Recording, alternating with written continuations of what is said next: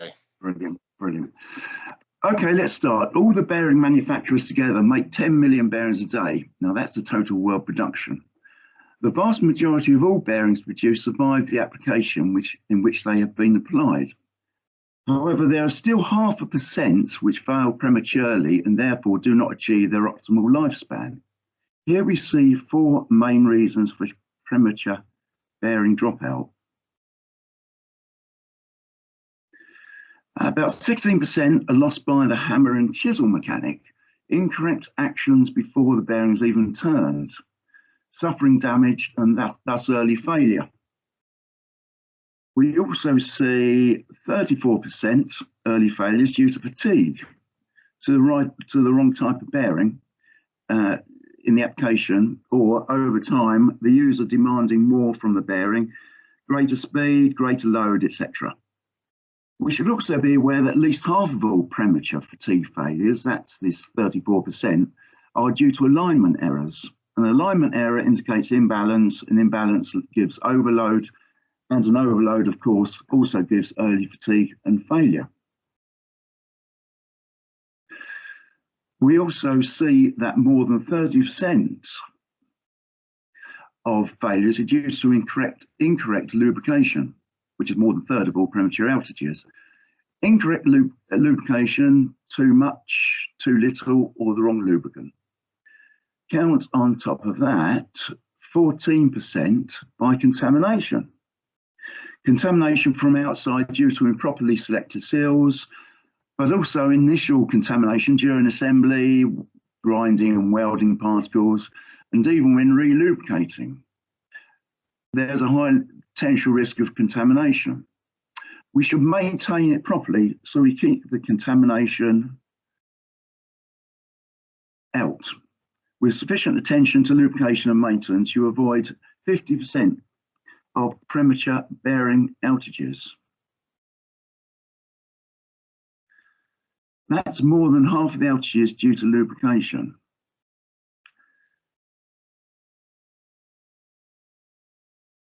So, what is lubrication? It is whatever creates a barrier that reduces friction between two contacting surfaces. This barrier may be one of various media in frictional order, starting from the lowest, gas, in other words, which includes magnetic, anything basically that in that case you don't have any material or metal to metal contact at all. It just sits in a gas bubble. Next one would be air, also with air, but with oil in mist or drop form. Next, oil, which is various types: hydrostatic, hydrodynamic, force flow, bath.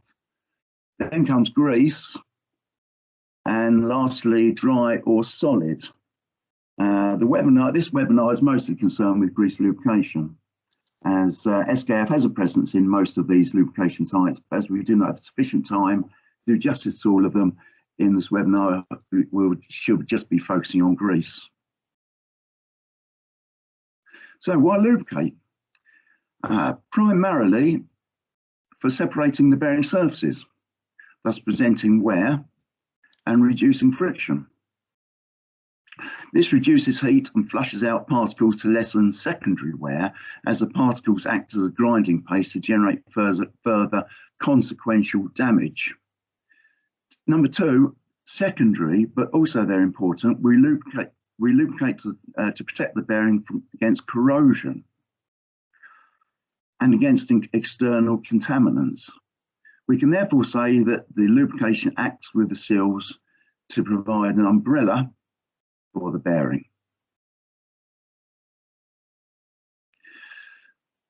When a bearing is properly lubricated and maintained, there are relatively low costs. Now, compare this to the high impact of a bearing failing, causing an unplanned, i.e. expensive, stoppage. High repair costs, consequential costs such as damage to shaft and or housing, and of course the purchase of new bearing. It can even lead to unsafe or dangerous situations, i.e. in an aircraft landing gear, in an elevator, an escalator and so on. That's where people's lives are at stake. Appropriate maintenance and lubrication is clearly a good investment. However, despite this, lubrication is often too much, too little, wrong lubrication, and the wrong lubricant with questionable cleanliness. Only a partially effective sealing and debatable grease storage and documentation. The importance of proper lubrication and maintenance suggests lubrication management as a basis of operation. Now, how does a good lubricant work? I mentioned earlier the need to create a barrier, separate the surfaces and avoid metal-to-metal contact. We know that even with water, this is achievable when we are driving in our car at high speed through a large puddle. It is called aquaplaning, as you lose contact with the road and nullify any control the brakes may have. Generally not a good idea if you value your life and even more importantly your car, but at least you have discovered lubrication. You will have discovered, or perhaps remember from your school science lessons, the difference between a gas and a liquid. Gases are compressible, liquids are not. This means that if you load up a liquid, it will tend to displace itself and move out the way. But during that nanosecond between action and effect, it will support the load. That is why aquaplaning tends to work better at speed. Windsurfing is a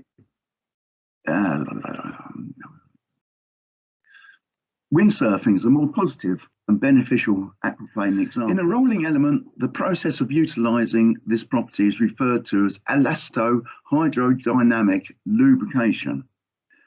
All a bit of a mouthful. So from now on, we shall just call it EHL. In the rotating bearing, wave formation occurs in the lubricant. That much of a mouthful, I've had to take a drink.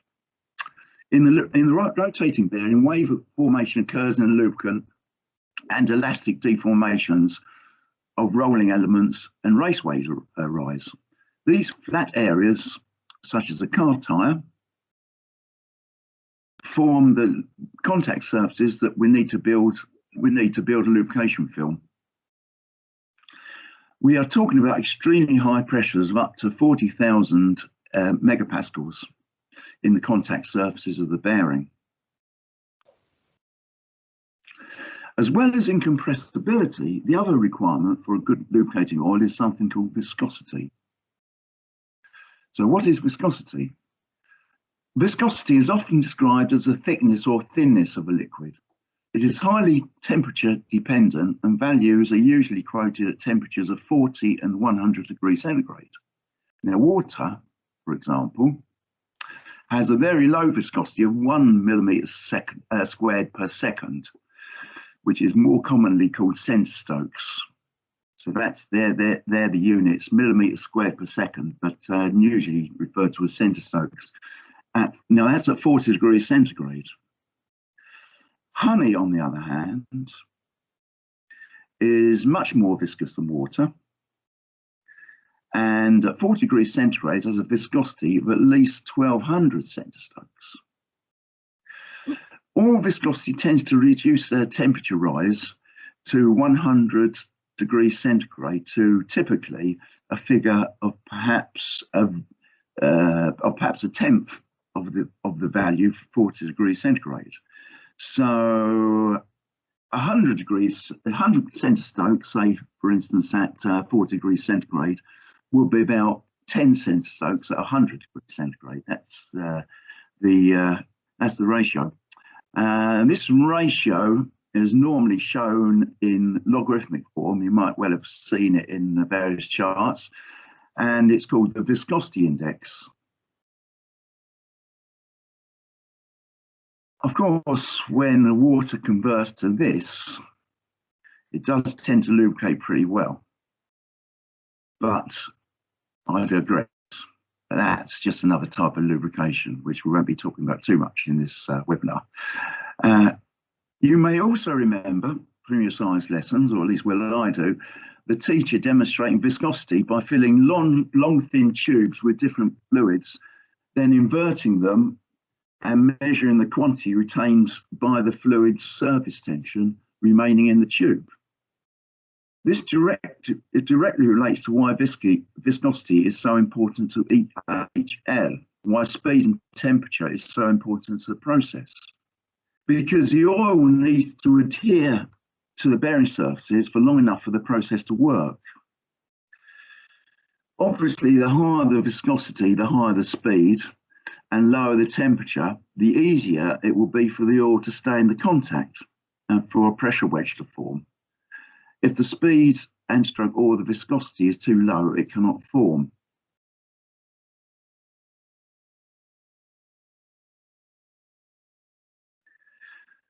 Now, viscosity, isoviscosity classes. When we talk about speed in any calculation, we mean linear speed. We convert it to linear speed, which is normally millimeters per minute rather than RPM. To do this, we multiply the shaft or wheel speed in RPM by the mean bearing diameter, which is the outside diameter plus bore, divided by 2, to get something we in the bearing industry typically call an NDM factor. By doing this, we can see that a large bearing rotating at slow speed, such as this, that's a large spherical, and if that's rotating at slow speed, may require the same viscosity to achieve surface separation as a small bearing, such as that small deep groove ball bearing, running at high speed, which it often does. So it's not that sort of necessarily that simple, just looking at the speed. You need to look at the bearing size and the bearing type as well. Also, of course, a given bearing size operate at high speed, but also high temperature, may require the same viscosity if operating at low speed with correspondingly low temperatures. So that's an interesting one. That means that, say, for instance, a bearing run at high speed and generating the sort of temperature that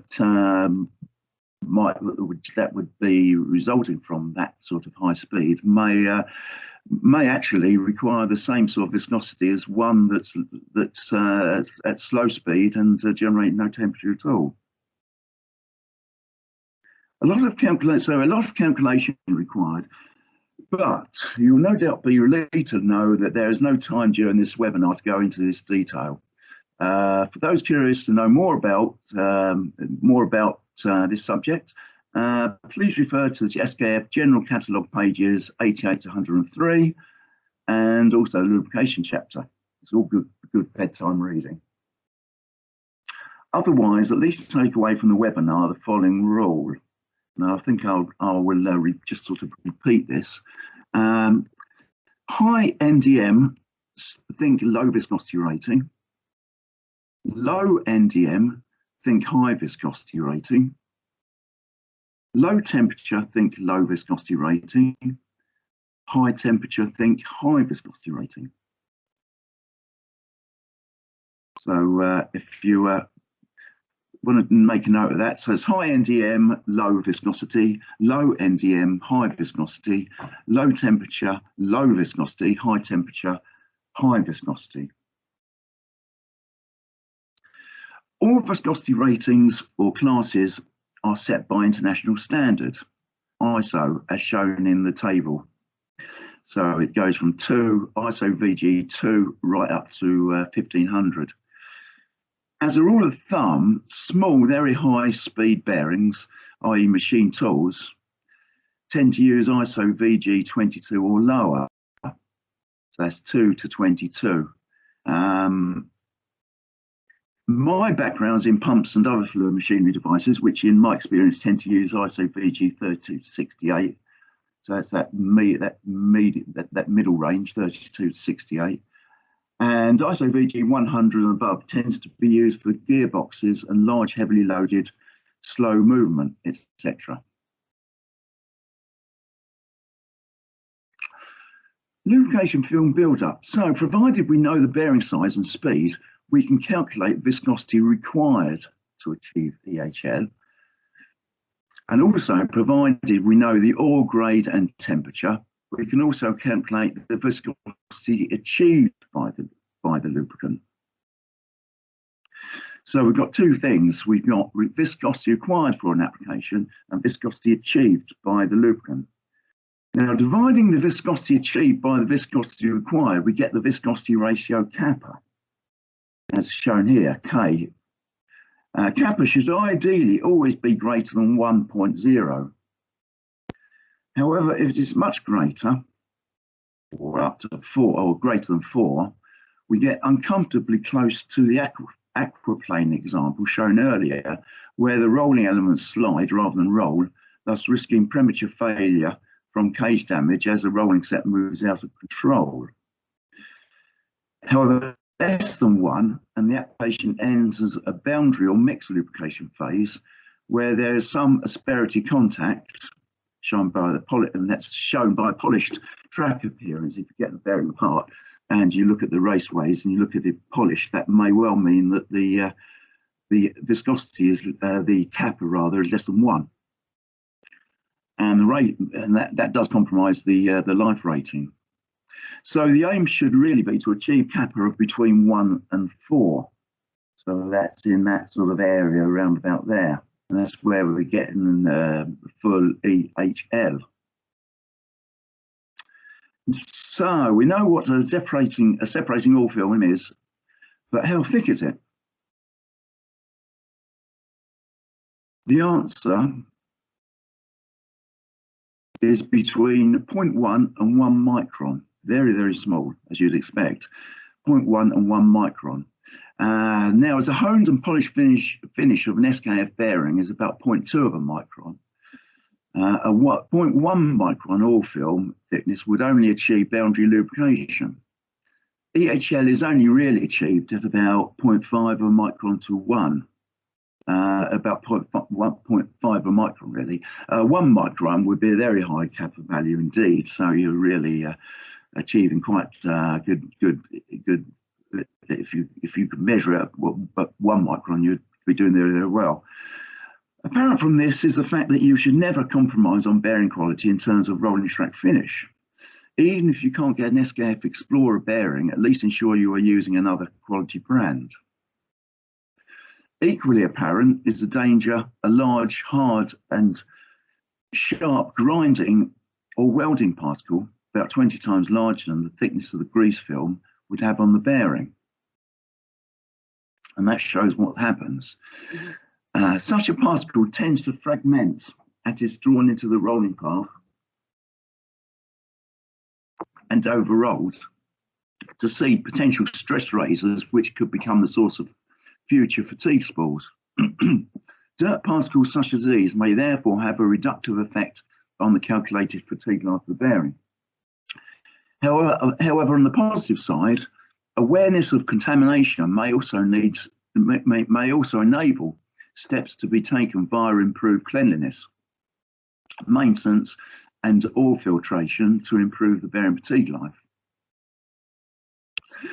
Analysis of particle size, hardness, and type, and of course probability of such particles entering the bearing load zone, has in recent years led to the development of advanced life calculation models.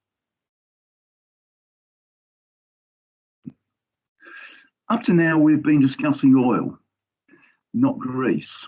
However, grease is merely like a sponge releasing oil over a period of time. These points are therefore equally applicable to both. The vast majority of grease composition is oil, sometimes up to 95%, and can be a mineral, synthetic, animal, or vegetable oil. The thickener tends to be a soap, skeleton, such as lithium, calcium, or sodium, and then additives for improving properties such as anti-corrosion, antioxidants, and extreme pressure and stroke or anti-wear, such as phosphorus, sulfurs, or chlorides, and solids such as molybdenum disulfide, never say that, ceramic powders, teflons, or graphites.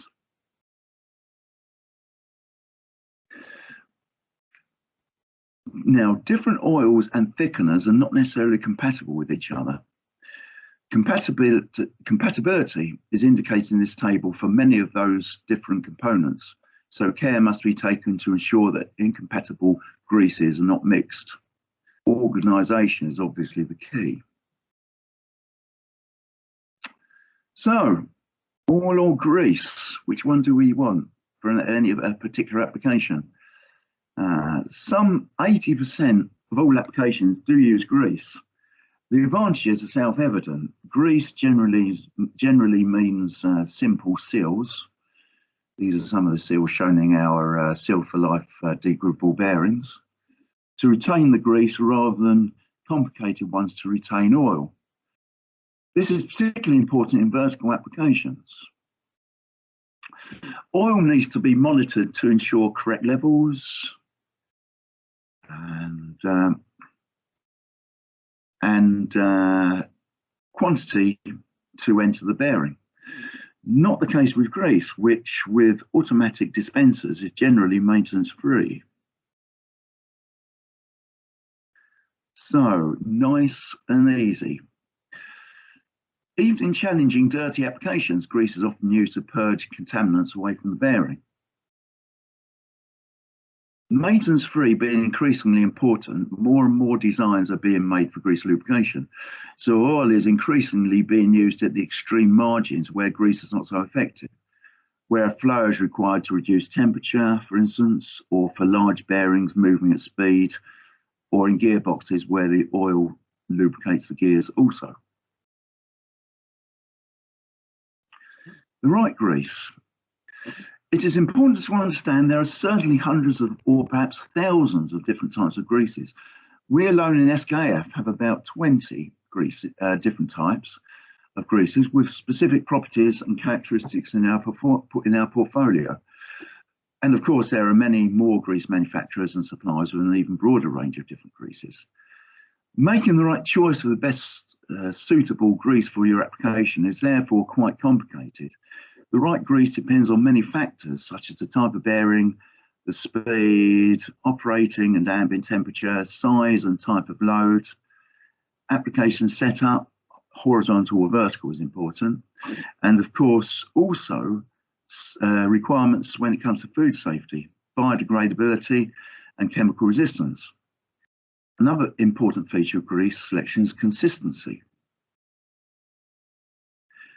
Grease consistency depends on type and quantity of soap, the viscosity of the oil and many different types of factors. A grease can be hard, like a wax, or very soft, like a thick oil. A grease consistency class is indicated according to the NLGI index, where NLGI, that's another tongue twister, NLGI stands for National Lubrication Grease Institute. There are 9 classes in the NLGI index, but only 3 are generally used for rolling element bearings. The standard choice tends to be a number 2, as you can see. But with large bearings, high ambient temperatures, vertical shaft and above normal vibrations, a consistency 3 would be a better choice because it's a bit stiffer. These types of applications will require a thicker and more stable grease than normal. However, at low temperatures, oscillating hinges, not fully rotating movements, and with central lubrication systems, a slightly softer number 1, where the oil needs to help to bleed or sweat. I prefer the term sweat actually, out the thickener. An NLGI consistency 1 is preferred. So I think you can see that. So the softer greases is like butter. So in fact, butter is a very good analogy. When you take butter straight out of the fridge, it's hard as anything. Leave it out for a while, it softens due to temperature, and that's just temperature doing its work, reducing not only the viscosity but also the consistency. Consistency is determined with the consistency meter shown. At lab temperatures of 25 degrees centigrade, we leave a cone with a certain weight for 5 seconds in a jar of grease, and the number of tenths of a millimetre the cone penetrates the grease pot we link to the NLGI consistency table. So that's what all those numbers mean. Go down from 475 down to about 85, and that's just the number of tenths of a millimetre that the grease deforms in that test. Now, a correct way of lubricating. The initial lubrication should usually follow the assembly and adjustment. The bearing should have 100% fill, except for carb, which it only requires about 50%. But I won't go into the reasons why that. If you're interested, just drop me a line. Apply on one side of the bearing until it is seen emerging from the other side. Use gloves and suitable tools to prevent contact with the body. Then apply grease into the free space on both sides of the bearing. The quantity depends on the speed. Normally, it will be 40 to 50% of the free space. However, for high speeds, now definition of high speeds is more than 70% of either the reference or limiting speed specified in the catalogue, whichever is the lowest for the relevant bearing. We fill the grease space up to 20%. Yeah, so in that case, we fill the grease free space up to 20% because too much grease can be damaging. At low revs, which is less than 20% of the reference or limiting speed, whichever is the lowest, we fill the grease space maximum 90%, so we almost fully pack it, because at that sort of low speed, we're safe to do so. Know that too much grease can cause overheating, and with early bearing failure as a result, but of course also a potential fire hazard with all the consequences of it. After proper lubrication, the bearing system is closed out from the outside world as quickly as possible by placing the cover and seals and providing the seals with initial lubrication and a dollop of grease. Relubrication of bearings. Like the grease selection, the relubrication interval is a function of bearing size, type, speed, temperature, and load, but also shaft orientation, horizontal or vertical. With this information, the relubrication interval may be calculated in operating hours. The quantity of relubrication can be calculated in grams from the size of the bearing and method of lubricating it. It is very important to ensure that lubrication is provided through the bearing and where the old and stroke or excess grease can be removed from the bearing system when relubricating your application. After all, too much grease causes overheating and premature failure, and therefore extra costs, and is also harmful to the environment, of course. We often see too much lubrication where grease is continuously pumped into a dead end on the expectation that is going somewhere important. Now, how often does someone shout, "Help! That motor gets so hot and I've already lubricated it a little extra"?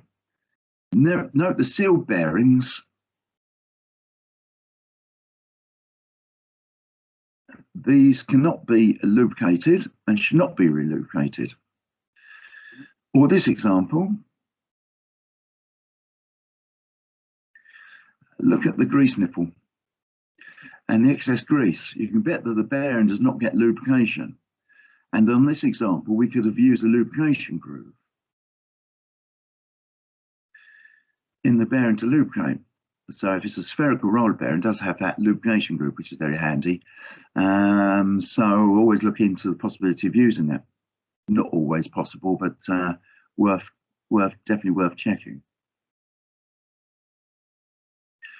Lubrication management. Consider a detailed lubrication management program. Consider a hand or automatic lubrication method. Think about the right tools and equipment, availability of qualified personnel and lubrication technicians. Work with lubrication schedules and lubrication routes. Think of condition monitoring, inspection of your rotating equipment, applications with equipment and sensors. Also have sufficient care for your lubricants. Take care of lubricants. Remember the danger of mixing incompatible greases and the need for organisation. Also, the availability of the right lubricant and care for storage and stock, for example. Considering the environment in cases of leaky packaging and also storage time and shelf life of lubricants. Also ensure careful inspection before using your lubricants. Take care of new, clean packaging, ensure clean and professional tools. Provide protective gloves. Many people have allergic reactions when coming into contact with industrial lubricants, so also make sure that the material safety sheet, MSDS, are available and read. Also, very importantly, make sure of the proper disposal of lubricants, used or not. Think again about the environment. This is a selection of the SKF grease selection table. This can be found in the Mapro catalogue and on our website. However, due to the complexity, our advice is to consult our application engineers, and they can help you make the best lubrication choice for your specific application. They are the primary technology experts. And again, think about the 36% premature bearing loss that is due to incorrect lubrication. We're also happy to support you with the right tools to carry out lubrication in the most optimal, environmentally friendly and safe way. Our authorised SKF distributors are happy to help you select the most suitable tools for your work. Good tools are half the work and will reward you by making your application run more reliably and therefore longer. Also, on our SKF website, www.skf.com, /support/engineering tools. There are programs available including SKF Lubrication Planner, which is a lubrication planning program, SKF Dial Set program that can help you determine the correct lubrication interval and lubrication for different automatic lubrication systems, and SKF Lube Select.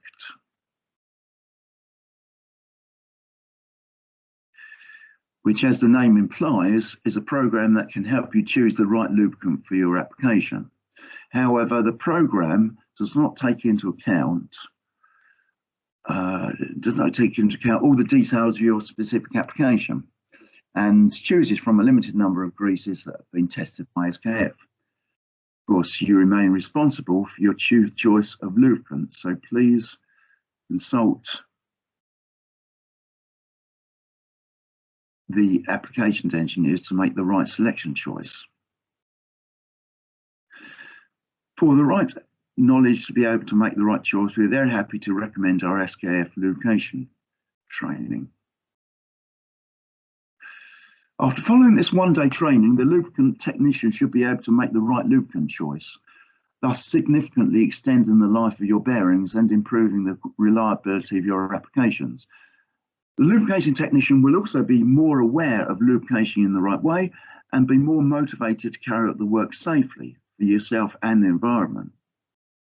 For more information about our training courses, see our website or send an email to training.uk@skf.com. And we can further discuss your needs for a suitable training course either at your own location or at one of our SKF locations in the UK.